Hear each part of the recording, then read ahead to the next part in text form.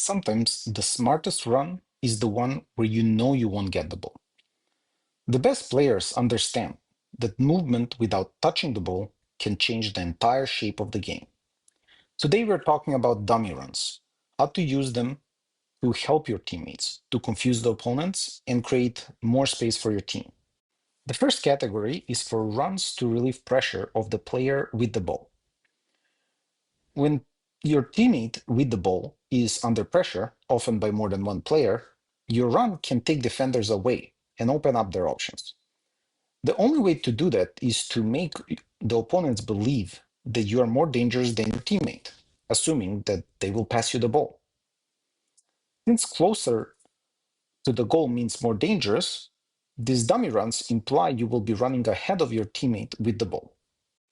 And the most common examples of these are overlaps and underlaps. I made a much longer video on them, so check it out on the channel and the link in here. Let's just cover the basics of it. Overlap is a run when the player, in this case you, runs outside of the ball carrier to stretch the defensive line. Even if you don't get the ball, you force the fullback or wide defender to track you, buying time for the dribbler. Oftentimes, both the players that tracks you and the defender that should cover the dribbler will drop off, focusing on you as a greater danger than them.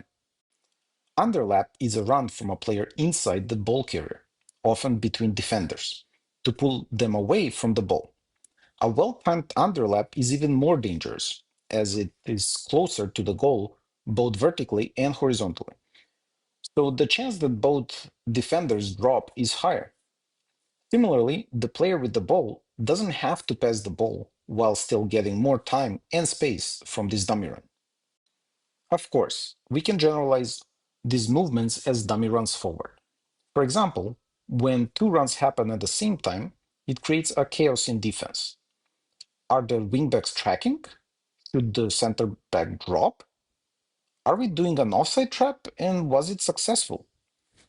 However, the closer the runners are to the ball, the more effective the dummy run will be.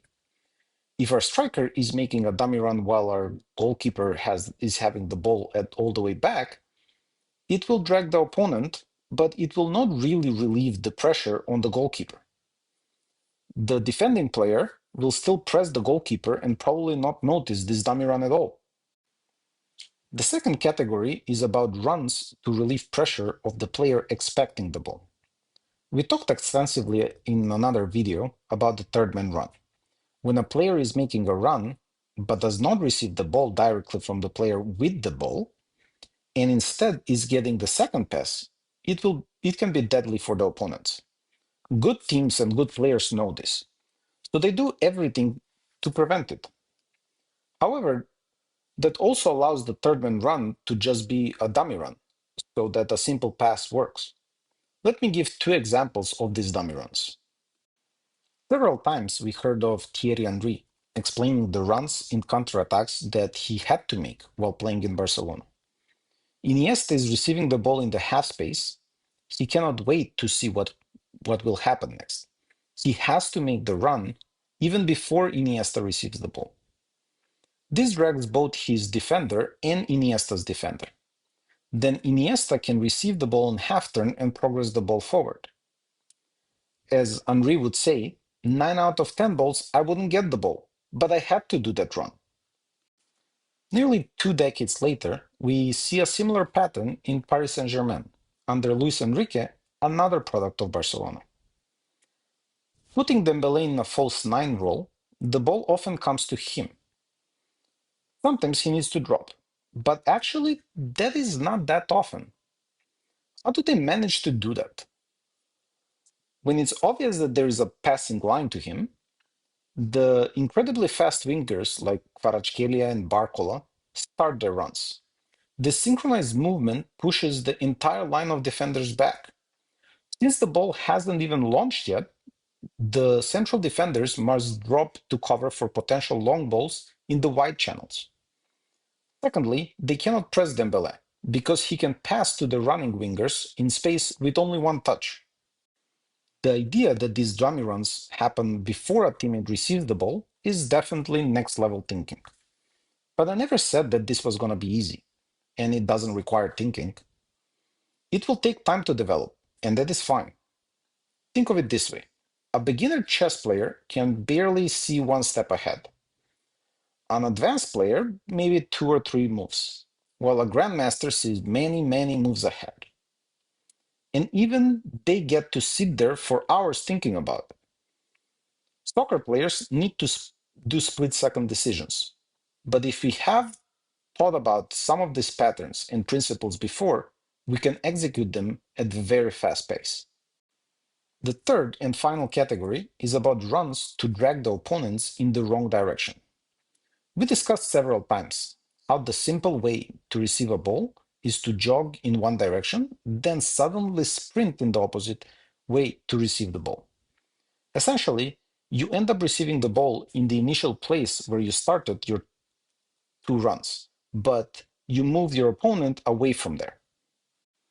In a simple example, you can have two players expecting a ball at a similar place from a tactical point of view. Instead of one of them making a run and coming back to receive the ball, they can work together. A run into a more dangerous place can drag both defenders back. This obviously means that the passer needs to assess if this is a dummy run or not. After all, a run is decided to be a dummy one by the other team. If I make a run in a more dangerous position and no defender tracks me, then I should get the ball and we achieve our objective. It is only because the defenders saw the danger and reacted that we call this a dummy run. Another common example of dragging opponents in the wrong direction is when we stretch the field. In a simple counter-attacking situation, the winger on the opposite side of the ball is less likely to get the ball, especially if it's coming late to the party. However, the run they're making is vital to stretch the defense. They cannot keep it compact because of that runner. Is it a dummy run? Most of the time, yes. Can it be valuable? Of course. One deflection can create a goal scoring opportunity, but even without that opportunity, the dummy run gave the advantage. Final example I want to give about dummy runs is for pushing the offside line. When an attacker is dancing around the offside line, it can really disturb the defensive line. Some defenders will drop to follow them. Sometimes a pass might be attempted. Either way, most of the runs they do are dummy runs to make sure that the defenders don't feel comfortable, keeping a high pressure on the players with the ball. The most important thing is to make the defenders believe that you might actually get the ball. Without that, it will not work. Dummy runs are the quiet art of soccer. When you master them, your teammates will look better. Your team will create more chances, and you'll influence the game even when you're not on the ball. Start watching the pros and notice how often they're running without expecting the pass. That's where the magic happens.